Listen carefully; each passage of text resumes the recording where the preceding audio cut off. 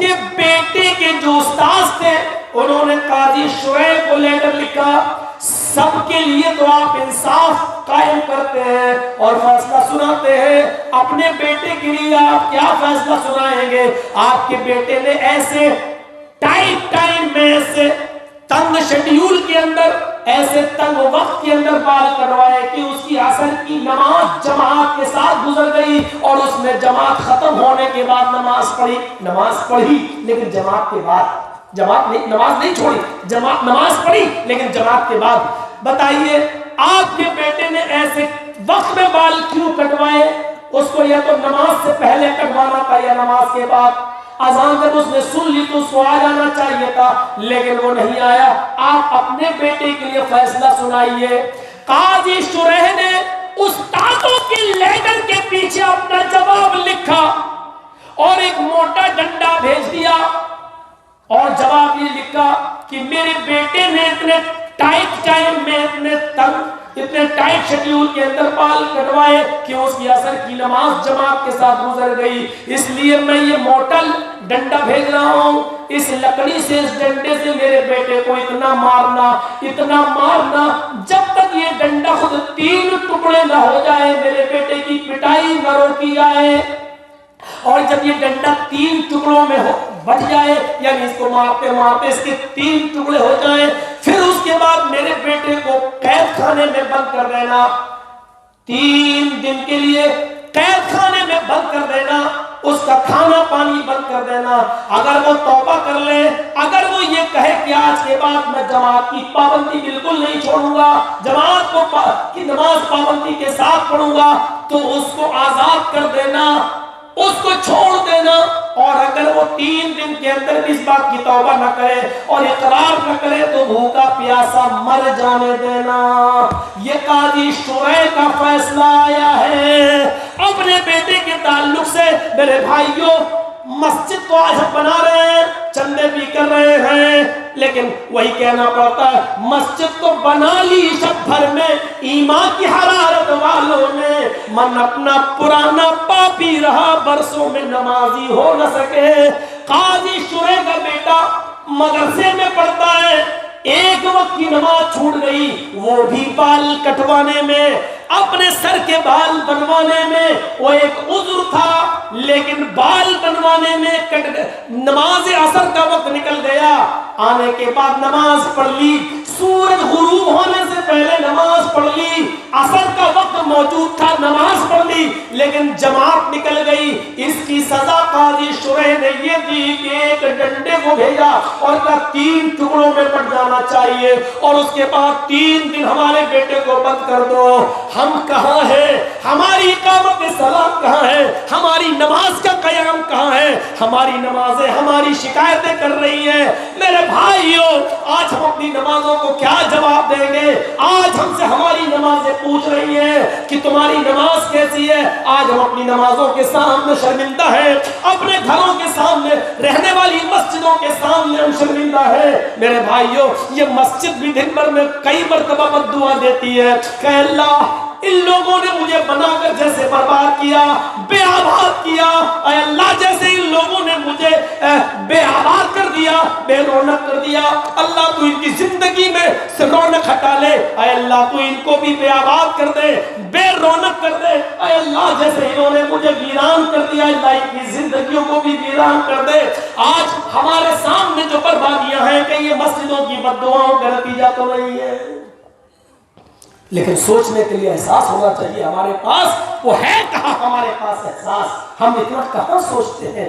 الذین یقیمون الصلاۃ، جو غیب پر یقین رکھتے ہیں، وَيُقِيمُونَ الصَّلَاةَ، اور جو نماز قائم کرتے ہیں، وَمِمَّا رَزَقْنَاهُمْ يُنْفِقُونَ، اور ہم نے ان کو جو رزق دیا ہے، جو روزی دی ہے، اس میں سے وہ خرچ کرتے ہیں۔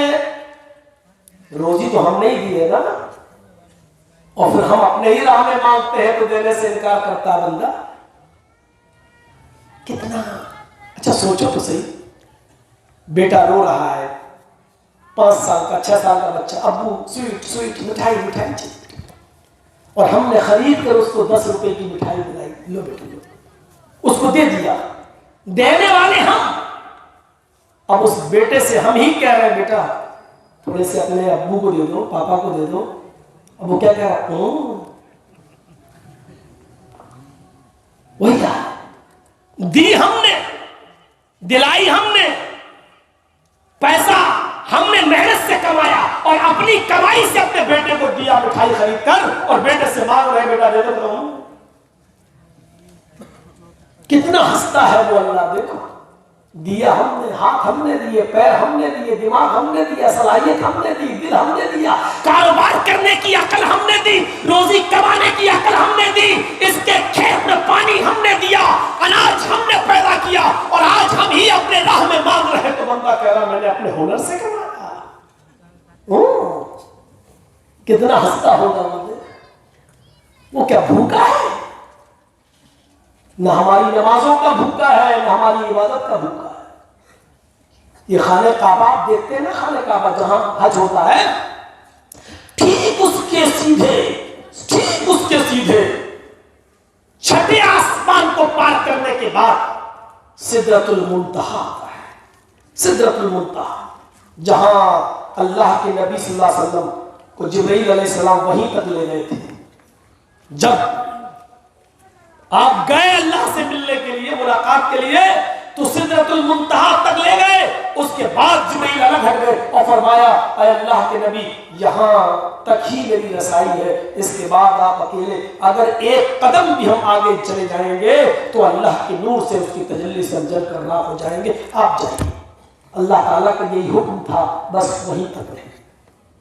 وہ سدرۃ المنتہا جانتے ہو کیا ہے؟ ایک بیری کا درخت ہے، اور ٹھیک خانہ کعبہ کے سیدھے چھٹے آسمان کے اوپر سدرۃ المنتہا، ادھر بھی کعبے کی طرح ایک شکل بنی ہوئی ہے سدرۃ المنتہا کے پاس۔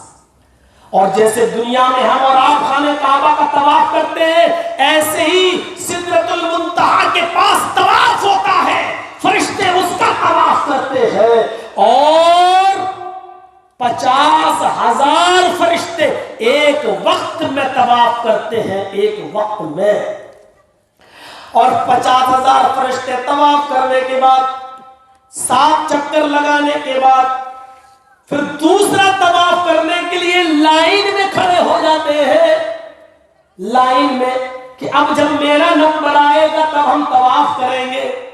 اللہ کے نبی فرماتے ہیں جو 50,000 فرشتہ ایک مرتبہ طواف کر چکا ہے، وہ 50,000 فرشتے پھر لائن میں لگ گئے۔ اب وہ اپنی باری کا انتظار کر رہے ہیں کہ کب میری باری آئے۔ قیامت کی صبح تک اب ان کی دوبارہ باری نہیں آئے گی۔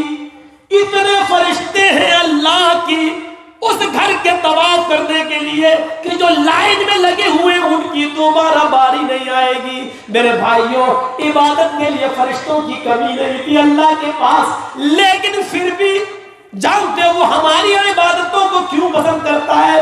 فرشتوں نے اللہ کو دیکھا ہے، جہنم کو دیکھا ہے، جہنم کو دیکھا ہے، وہ ڈر کر اللہ کی عبادت کر رہے ہیں، تو سمجھ میں آتا ہے کہ وہ جہنم سے ڈرے ہوئے ہیں، جنت کی نعمتیں چاہتے ہیں۔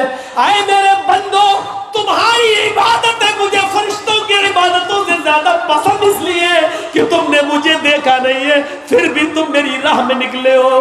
اے میرے بندو، تم نے میری جنت کو دیکھا نہیں، پھر بھی تم اس کی نعمتیں حاصل کرنا چاہتے ہو۔ او میرے بندو، تم نے میری جہنم کو دیکھا نہیں، پھر بھی جہنم کے عذاب سے ڈرتے ہو۔ اس لیے مجھے تمہاری عبادتیں فرشتوں کی عبادت سے زیادہ محبوب ہے، اس لیے مجھے تمہارے ارکان، مجھے تمہاری عبادتیں فرشتوں کی عبادت سے زیادہ پسند ہے۔ لیکن بندہ کرے تب نا۔ نماز تو ایسے پڑھتے ہیں، نماز پڑھ کے نکلتے ہیں جیسے لگتا ہے کہ ہم اللہ کے اوپر احسان کر کے آئے، بہت بڑا ہم نے اللہ کے اوپر احسان کر دیا، اللہ کے اوپر احسان، ایسا لگتا ہے۔ یہ حال ہو گیا ہمارا۔ ہم نے تمہیں جو رزق دیا ہے اس میں سے جو خرچ کرتے ہیں، خرچ کرنے والے لوگ دیا ہم نے، اور خرچ میری راہ میں نہیں کرتے۔ ابھی